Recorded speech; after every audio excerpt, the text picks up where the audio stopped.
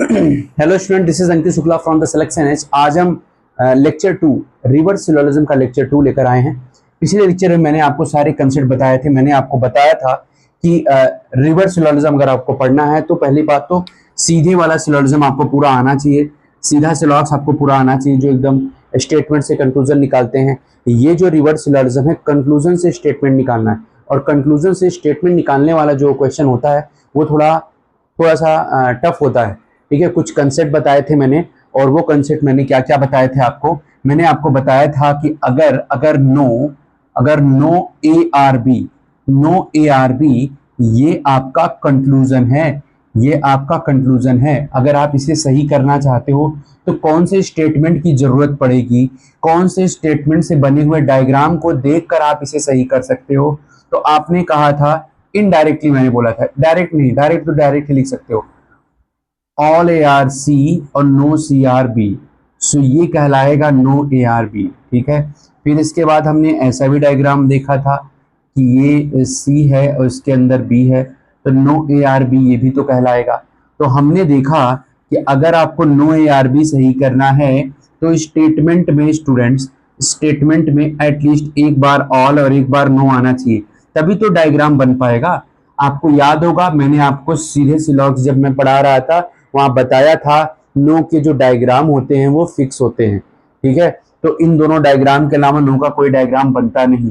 तो नो सही होने के लिए स्टेटमेंट में किसकी जरूरत पड़ी, एक बार ऑल की एक बार नो की। तो स्टेटमेंट में कम से कम ये सब चीजें मैंने लेक्चर 1 में बता दिया है। In statement at least one all, one all, one no. ठीक है, वन ऑल और वन नो रिक्वायर्ड। मैंने आपको बताया था कि एक ऑल और एक नो की जरूरत पड़ती है स्टेटमेंट में। फिर हमने कहा नो के बाद ऑल की बारी है, all A are B. All A are B अगर है और ये स्टेटमेंट नहीं स्टूडेंट, कंक्लूजन है, तो इस ऑल ए आर बी को आप देखो, ये तो बड़ा ही आसान है। All A are C and all C are B, यही तो कहलाएगा ऑल ए आर बी। ठीक है, ऑल ए आर बी आप इसे बोल सकते हैं। तो ये जो डायग्राम बना है ऑल ए आर बी किस स्टेटमेंट से बना होगा, ऑल ए आर सी और ऑल सी आर बी से बना है। यानी कि यहाँ पे स्टेटमेंट में कितने ऑल की जरूरत पड़ेगी, दो ऑल की जरूरत पड़ेगी। ठीक है, दो ऑल के बिना डायग्राम बन नहीं सकता। फिर हम आ गए सम पे। सम वाला केस तो बहुत ही आसान होता है। सम, सम ए आर बी ये स्टेटमेंट नहीं है, ये कंक्लूजन है। सम ए आर बी एक कंक्लूजन है स्टूडेंट्स, और इससे डायग्राम जो बनता है ये देखो, ऑल ए आर बी भी सम ए आर बी है, ऑल बी आर ए भी सम ए आर बी है। ठीक है, और वो जो ऊपर डायग्राम बना है ना वो भी सम ए आर बी है। ठीक है, ये भी सम ए आर बी है, मतलब सम ए आर बी इजिली नजर आता है भाई। सम ए आर बी इजिली नजर आ जाता है। Some A are B all है तो वहां सम होगा ही होगा। मैंने आपको कितनी बार बताया कि ऑल से सम निकलता है। ठीक है, तो जहां ऑल ट्रू वहां सम भी ट्रू हो जाएगा। अब बात करते हैं, ये सब बातें मैंने बताई हैं, सम ए आर नॉट बी। हालांकि ये दूसरा वीडियो है रिवर्स लॉग्स का, तो एक बार मैं रिवाइज के तौर पर मैं आपसे बता दे रहा हूं some A are not B कैसे बनता है। एक तो ऐसे बनता है भाई, this is called some A are not B, ये some A are not B है। ठीक है, some A are not B ये है। देखो all A are not B है तो नो ए आर बी है, तो some A are not B होगा ही होगा। Some A are not B ये भी है, some A are not B ये भी है। थोड़ा सा ए सी में है और सी बी से दूर है, थोड़ा सा ये जो सी से दूर है बी नहीं होगा। Some A are not B ये भी था, मैंने आपको बताया था। Some A are not B ये भी है, this is also called some A are not B. अगर बी का कनेक्शन सी से नहीं है तो थोड़ा सा ए सी में होगा, कभी बी नहीं होगा। तो इस सम नॉट में क्या चीज कॉमन देख रहे हो, एक ही चीज कॉमन देख रहे हो, नो। नो एक बार एक नो का डायग्राम बिना एटलीस्ट एक नो अगर होगा, वन नो वाला स्टेटमेंट होना चाहिए। ठीक है, तो ये सब बातें मैंने बताई थी आपको, ये सब बातें मैंने डिस्कस करी थी, फिर से डिस्कस कर दिया हूं। वीडियो पहला वाला आप देख कर आओगे, पूरा डिटेल में समझाया है मैंने, वहां आपको चीजें समझ में आएंगी। और फिर इसके बाद मैंने कहा था कि आप 3 पॉइंट लेकर चलो। वो तीनों पॉइंट कौन कौन से हैं। पहला पॉइंट है स्टूडेंट्स, पहला पॉइंट है पॉजिटिव नेगेटिव। पॉजिटिव नेगेटिव लेकर चलना है।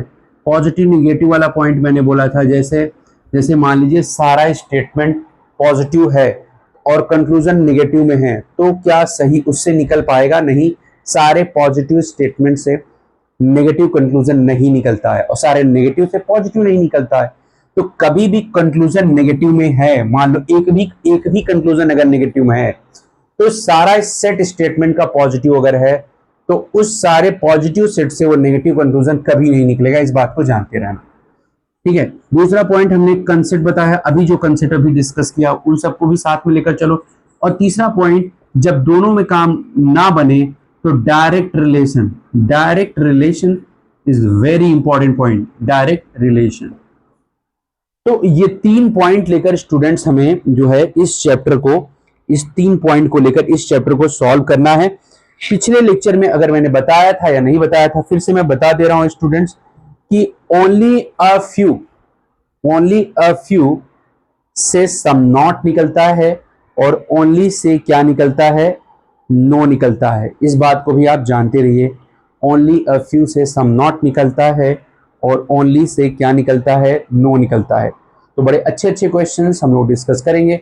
तो चलिए, आज क्वेश्चन का ही डे है और क्वेश्चन ही डिस्कस करेंगे। एक बार मैंने रिवाइज कर दिया, अब आपके सामने आएंगे कुछ अच्छे अच्छे क्वेश्चंस। ये देखिए, आपके सामने 2 बहुत ही बेहतरीन क्वेश्चन रखे गए हैं। बहुत कुछ सीखने को मिलेगा इस क्वेश्चन से, बहुत ध्यान से देखिएगा। आपके सामने कुछ क्वेश्चन रखे गए हैं और इस क्वेश्चन में अगर आप ध्यान से देखेंगे कि यहाँ पे 2 कंक्लूजन्स हैं और यहाँ पे स्टेटमेंट का सेट है, ये पूरा सेट है ऑप्शन 1, ऑप्शन 2 का ये पूरा सेट है, ऑप्शन 3 का ये पूरा सेट है, ठीक है, ऑप्शन 4 का ये पूरा सेट है और ऑप्शन 5 में लिखा है नन ऑफ दीज, इनमें से कोई नहीं। तो आपको निकालना है no sphere is bad, no bad are machine, ये दोनों कंक्लूजन कौन से स्टेटमेंट के सेट में दोनों सही हैं। तो मैंने आपको कहा था कि अब जैसे 3 पॉइंट लेकर आपको चलना है। पहला पॉइंट पॉजिटिव नेगेटिव, दूसरा कंसेप्ट, तीसरा डायरेक्ट रिलेशन। तो जरा ध्यान से देखिए, इस कंक्लूजन में आपको नो नजर आ रहा है। देखो, एक हमारा उद्देश्य क्या होता है, हाँ देखो, आप ये कंक्लूजन दोनों सही करना है, कौन से स्टेटमेंट के सेट में सही है। आप एक तरफ से डायग्राम बनाते जाओ, किसी न किसी में आ ही जाएगा। लेकिन अगर हम एलिमिनेशन मेथड जानते हैं तो उसमें से मान लो 4 ऑप्शन 5 ऑप्शन है, उसमें से 2-3 एलिमिनेट कर दिया तो हमारे पास 1-2 ही बचेगा ना। समझ रहे हो बात को? तो एलिमिनेशन मेथड आप जानते रहो, कभी कभी चारों ऑप्शन एलिमिनेट हो जाते हैं, ठीक है। तो देखो, यहाँ पे 3 पॉइंट है, पहला पॉजिटिव नेगेटिव, दूसरा कंसेप्ट, तीसरा डायरेक्ट रिलेशन। तो पहला है, यहाँ पे हमने कंक्लूजन को ध्यान से देखा तो हमें कंक्लूजन में क्या दिखा? नो दिखा और यहाँ सम है, यानी कि कंक्लूजन में नेगेटिव है। अगर कंक्लूजन में नेगेटिव है तो स्टेटमेंट में कोई एक ऐसा सेट जो पूरा का पूरा पॉजिटिव है वो एलिमिनेट हो जाएगा, ठीक है। स्टेटमेंट का सेट कोई पूरा का पूरा पॉजिटिव है, एलिमिनेट हो जाएगा। चलो देखते हैं, देखो यहाँ नो दिख रहा है तो ये एलिमिनेट नहीं होगा, ठीक है। पॉजिटिव नेगेटिव से ये हटेगा नहीं। इसमें देखो, all gloves are machine, some machines are bad, ठीक है, some bad are rubbish, all sphere are rubbish. इसमें कहीं नो नजर आ रहा है, इसमें कहीं नो नजर नहीं आ रहा है स्टूडेंट। तो अगर इसमें नो नजर नहीं आ रहा तो ये ऑप्शन एलिमिनेट हो जाएगा। चलो आगे देखते हैं, some globe are machine, some machine are bats. ये देखो, इसमें भी नो नहीं दिख रहा है, ये भी एलिमिनेट हो जाएगा।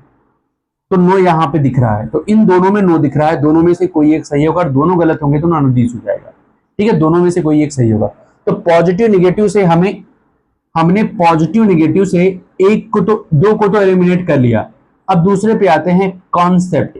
कंसेप्ट क्या कहता है? देखो स्टूडेंट्स, कंसेप्ट ये कहता है स्टूडेंट्स कि अगर स्टेट कंक्लूजन में नो है तो स्टेटमेंट में एक ऑल और एक नो होना ही चाहिए, ठीक है। तो हमने स्टेटमेंट में देखा ऑल और नो यहां भी है, ऑल और नो यहां भी है, ठीक बात है। तो कंसेप्ट से भी कुछ बना नहीं बात, ठीक है। अब हम तीसरे वाले पे आते हैं। थर्ड क्या था? थर्ड मैंने बताया था आपको क्या था। थर्ड था डायरेक्ट रिलेशन। अच्छा, डायरेक्ट रिलेशन क्या होता है? ध्यान से समझिए, डायरेक्ट रिलेशन क्या होता है। ऐसा डायग्राम जिसको आप इमेजिन कर पा रहे हो माइंड में, जैसे ऑल का डायग्राम, सम का डायग्राम इमेजिन कर पा रहे हो, जो इनडायरेक्ट वाला डायग्राम मैंने बनवाया था, ठीक है। तो वहां पे अगर आप इमेजिन कर पा रहे हो उसे, जैसे यहां पे दिया है क्या, no sphere is bad, no sphere is bad का डायग्राम आपको इमेजिन करना है। तो कैसे हो सकता है? सोचो, नो स्फीयर इज बैड कैसे हो सकता है डायग्राम? इनडायरेक्टली ऐसे हो सकता है, देखो ऐसे, स्फीयर को ऑल के अंदर रखा जाएगा, ऑल के अंदर रखा जाएगा, और वो दूर रहेगा किससे? बैड से, बैड से। यही तो है no sphere is bad, no sphere is bad. तो all sphere are something, no something is bad. All sphere are something, no something is bad. तो देखो इस वाले स्टेटमेंट में क्या ऑल स्फीयर आर समथिंग लिखा है? क्या ऑल रबिश आर स्फीयर लिखा? ऑल स्फीयर आर रबिश होना चाहिए था, जो कि नहीं है। सिंपल सी बात है, ऑल स्फीयर आर रबिश होना चाहिए था, जो कि नहीं है। तो ये भी एलिमिनेट हो जाएगा। ठीक है, यहां देखो all sphere are rubbish, no bad is rubbish. यहां पर all sphere are rubbish, no bad is rubbish. So this is your answer, option number 4। Option 4 is the correct answer, option 4 is the correct answer. Check भी कर सकते हैं आप इसको, option 4 आपको मिलके आएगा। और सम बैड आर मशीन की बात है तो यहां पर देखो, सम बैड आर मशीन की बात है तो यहां पे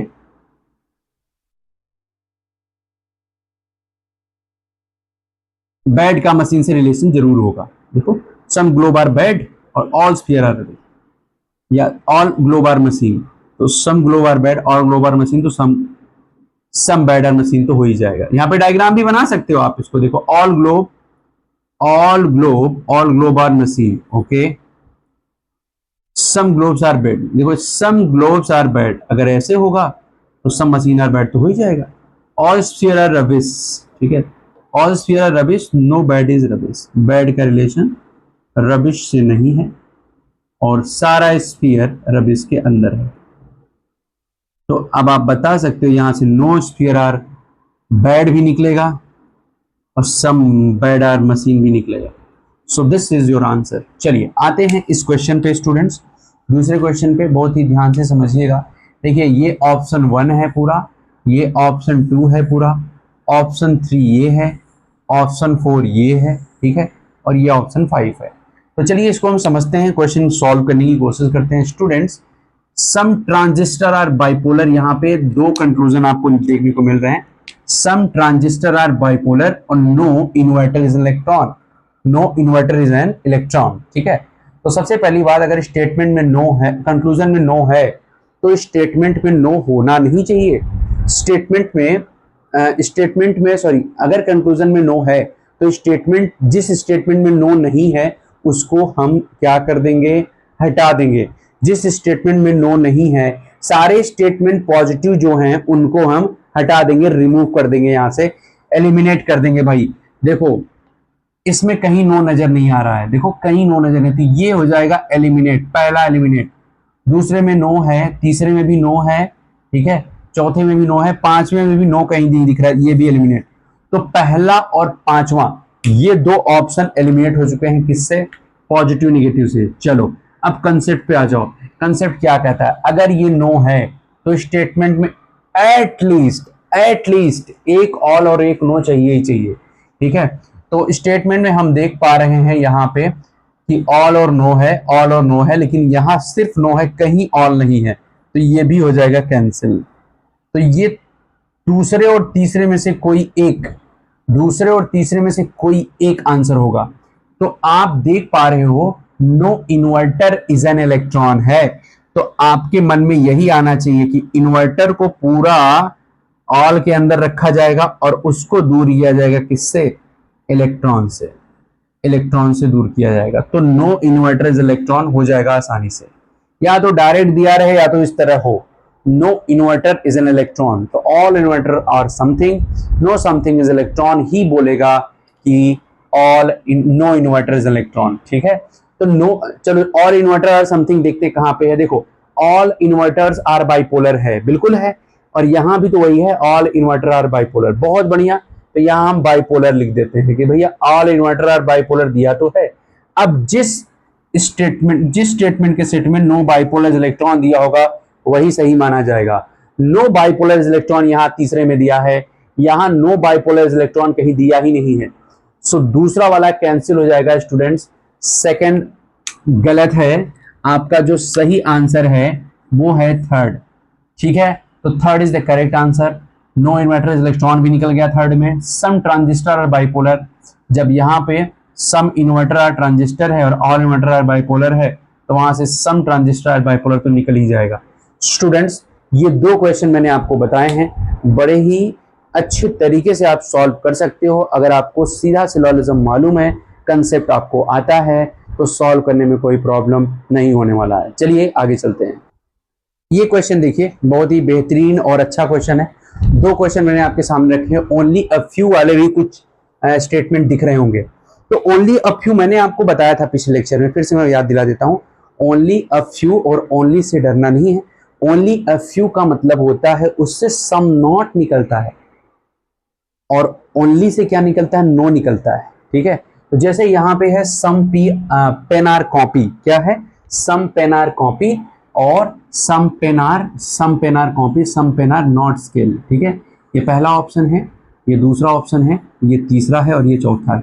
बहुत ध्यान दीजिएगा कि सम पेन आर कॉपी है, some pen are not scale, यानी नो है तो नो जहां ना हो उसको एलिमिनेट कर दो, लेकिन ध्यान रहे ओनली अ फ्यू जहां पे है वहां पे नेगेटिव तो निकलेगा ही निकलेगा। तो ध्यान से थोड़ा, तो यहां पर नो दिख रहा है, यहां पर नो नहीं है, लेकिन ओनली अ फ्यू है, ओनली अ फ्यू यहां भी है, यहां नो है। ठीक है, ऐसे तो नहीं हटा पाए आप पॉजिटिव नेगेटिव से।